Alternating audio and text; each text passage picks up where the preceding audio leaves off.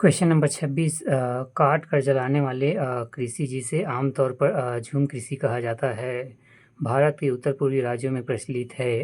ये भारत के उत्तर पूर्वी राज्यों में प्रचलित है। व्याख्या भारत के उत्तर पूर्वी राज्यों को काट कर जलाने वाली कृषि की जाती है जिसे सामान्यतः झूम कृषि कहा जाता है।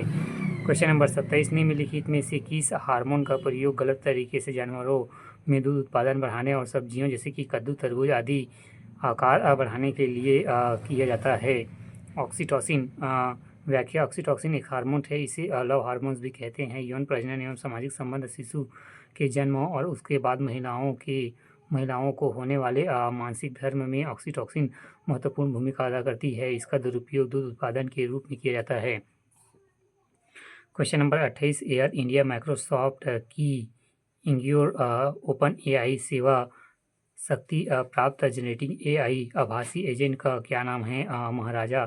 व्याख्या एयर इंडिया ने माइक्रोसॉफ्ट एंजोर ओपन एआई सेवा द्वारा जनरेटिव एआई वर्चुअल एजेंट महाराजा तैनात किया है, जो कि एक कृत्रिम बुद्धिमत्ता का एक रूप है। क्वेश्चन नंबर 29 देवप्रयाग अलकनंदा और नदियों के संगम पर स्थित भागीरथी व्याख्या अलकनंदा और भागीरथी नदी का संगम देवप्रयाग में होता है। यह उत्तराखंड राज्य में स्थित है। क्वेश्चन नंबर 30 नाम मात्र जीडीपी है। जीडीपी का मूल्यांकन मौजूदा बाजार कीमतों पर किया जाता है। जीडीपी का मूल्यांकन मौजूदा बाजार कीमतों पर किया जाता है। व्याख्या जब जीडीपी का मूल्यांकन मौजूदा बाजार कीमतों पर किया जाता है तो उसे नाम मात्र जीडीपी कहते हैं। क्वेश्चन नंबर 31 मध्ययुगीन भारत के संदर्भ में शहरी शब्द का अर्थ होता है। सी एक स्थान जिसका उद्देश्य भारतीय और विदेशी यात्रियों, तीर्थयात्रियों, व्यापारियों आदि को अस्थायी प्रवास प्रदान करना।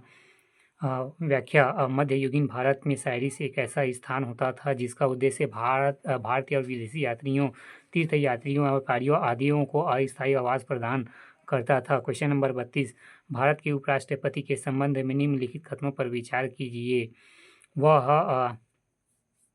वह राज्यसभा का पादेन अध्यक्ष होता है। सही। दूसरा, वह संसद के दोनों सदनों के सदस्यों से बने एक निर्णायक मंडल के सदस्यों द्वारा चुना जाता है। सही। व्याख्या भारत के उपराष्ट्रपति के संबंध में प्रमुख बातें निम्नलिखित है। वह राज्यसभा का पादेन अध्यक्ष होता है। वह संसद के दोनों सदनों से बने एक निर्वाचक मंडल के सदस्यों द्वारा चुना जाता है। क्वेश्चन नंबर 33 पानीपत का तीसरा युद्ध कब हुआ था?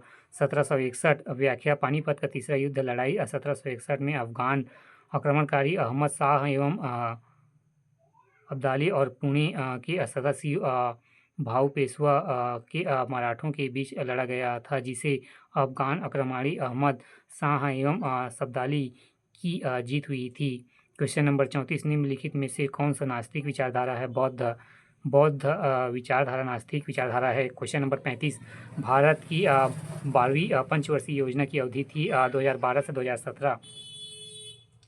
भारत की 12वीं पंचवर्षीय योजना 2012 से 17 बीच सम्मिलित हुई थी। क्वेश्चन नंबर 36 गरबा नृत्य जिसे यूनेस्को की मानवता की अमूर्त संस्कृति विरासत की सूची में शामिल किया गया है, यह किस राज्य से संबंधित है? गुजरात।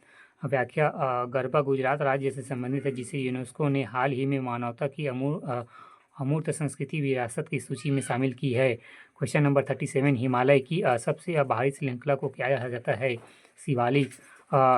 व्याख्या हिमालय की सबसे बाहरी श्रृंखला को शिवालिक पर्वत श्रृंखला कहा जाता है। क्वेश्चन नंबर 38 निम्नलिखित कथनों पर विचार करें और नीचे दिए गए सही विकल्पों पर आधार कीजिए। पृथ्वी की सतह पर पराबैंगनी विकिरणों के रूप में ऊष्मा को पुनः उत्सर्जित करती है। गलत। और दूसरा, बादल और गैस आने वाले सौर विकिरण का लगभग 1/4 को प्रतिबंधित करता है। दोनों गलत हैं, क्योंकि पृथ्वी की सतह पराबैंगनी विकिरणों के रूप में ऊष्मा को पुनः उत्सर्जित नहीं कर सकती है, अथवा बादल और गैसों के आने वाले सौर विकिरण को प्रतिबंधित नहीं कर पाते हैं। अंततः ऑप्शन सी उत्तर सही होगा।